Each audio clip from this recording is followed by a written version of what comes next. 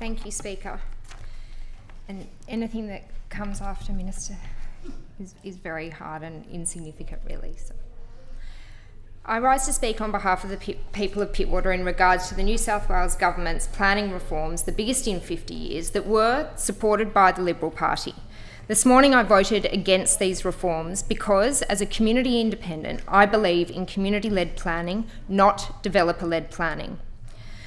Only the member for Wakehurst, myself, and 2 others voted against this developer-led approach. The Liberal Party, despite past commitments that they will protect areas like Pittwater and have used the term multiple times, protecting Pittwater, today supported this huge reform that will flip planning on its head. They voted to allow more developments to proceed without community consultation or council review through increased amounts of compliant development certificate processes rather than DAs. Take away community voice by expanding the types of developments that bypass local engagement and also dictating a statewide consultation and engagement strategy that will undermine the existing one that Northern Beaches Council has.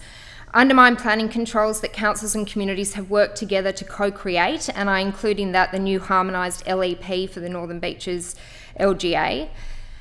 Make permanent the new Housing Delivery Authority to approve major projects and rezonings. Already, 75% of its EOIs have included rezoning. Allow for new approval pathways, many of which we do not know what they are, to again bypass approvals, including environmental impacts assessments.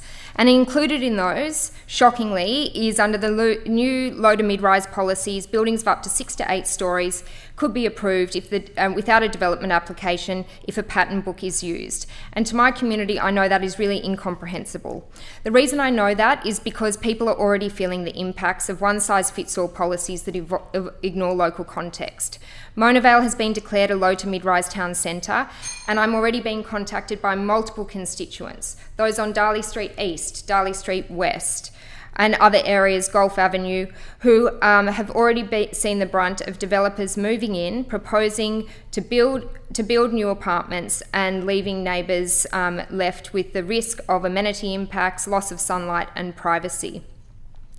Residents like Francis, Jacqueline, John, Roger and Carl, and many others. Pittwater is a peninsular community. There's only one road in, one road out effectively. We're surrounded by bushland and coastline. We're exposed to flood and bushfire risk. And in the government's own disaster mitigation strategy, in 2060, we will have the highest amount of cost related to climate change impacts of any LGA. Mona Vale Road, Pittwater Road, and the Wakehurst Parkway floods mean that we have infrastructure that doesn't work. The B-line bus also is not a rapid transit lane, and infrastructure more broadly needs to be developed. Yes, we're in a housing crisis. We need more affordable, diverse housing options across New South Wales. But what the government and the Liberal Party have delivered is not thoughtful or community-led strategy, but a blunt planning instrument that disregards local conditions and threatens decades of good planning. It has no vision, no strategy, other than turning the taps on for developers to effectively build what they want, where they want. And this, again, I remind my community, is what the Liberal Party have voted for. In Pittwater, it will not deliver more housing, it may not deliver more housing or more affordable housing at least. Developers can build market rate apartments that sell for, and the ones in Gulf Avenue in particular, up to $4 million. These are out of reach for nurses, teachers and young families. In some cases, older unit blocks are being demolished for fewer, larger apartments, meaning less total dwellings.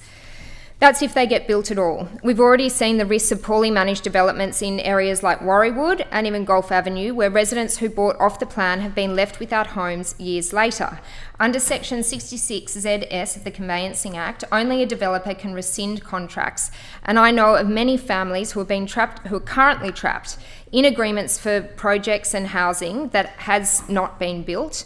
I've actually made representations recently to the Minister of Industry and Trade outlining that this needs to be addressed. They are left without a home and without their money back.